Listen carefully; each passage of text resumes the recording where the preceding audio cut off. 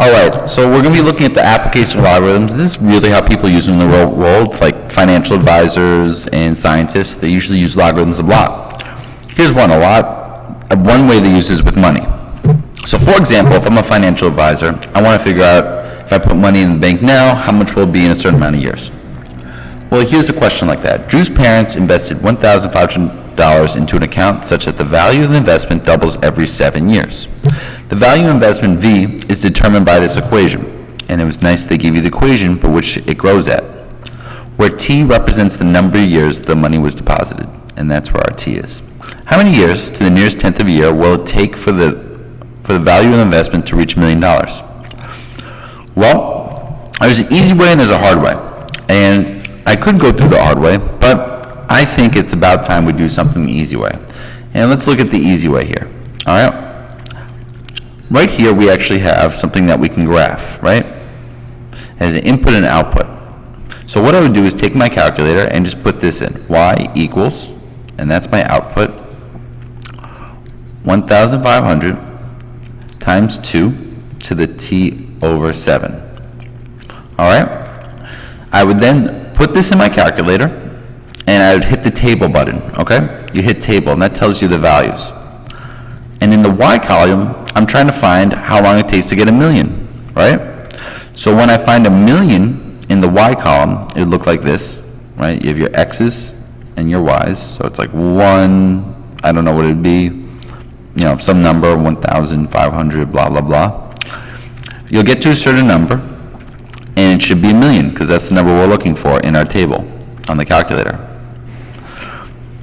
The number that you should find when you do this problem is 65.7, all right?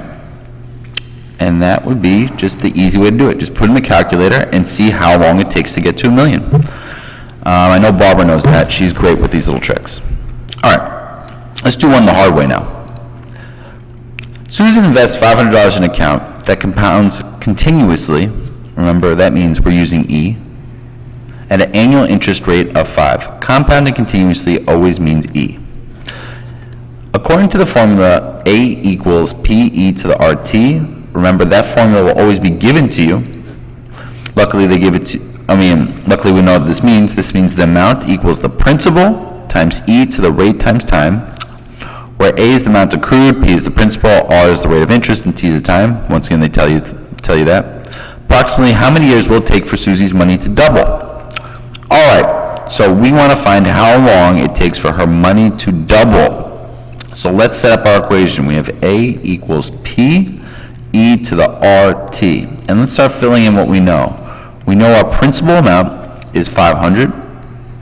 E is a constant, so it just stays like that. Our rate is 0.05. We don't know the time. That's what we're trying to figure out. And we want to find out how long it takes to double. So we want this to be 1,000, right? That would be how a double $500. And we're solving for T here. Well, since this has an E in it, we know how to do this. And when we have an E, the first thing we do is isolate the E, okay? So we're going to start by dividing by 500, okay? We're just going to isolate that E by dividing by 500. I'm sure you remember that. And we get 2 equals E to the 0.05 T. Now from the last lesson, you should remember, if I want to get rid of an E, I can just do the ln of both sides. So I do the ln of 2, and I do the ln here. And guess what? That ln cancels the E out. They're inverses. So then I just have ln of 2 equals 0.05 T. Now I grab my trusty calculator. I put in ln of 2. Uh-oh, gotta hurry up a little. So let's do ln of 2. And we get 0.6931 equals 0.05 T. We divide by 0.05. Uh-oh, here they come.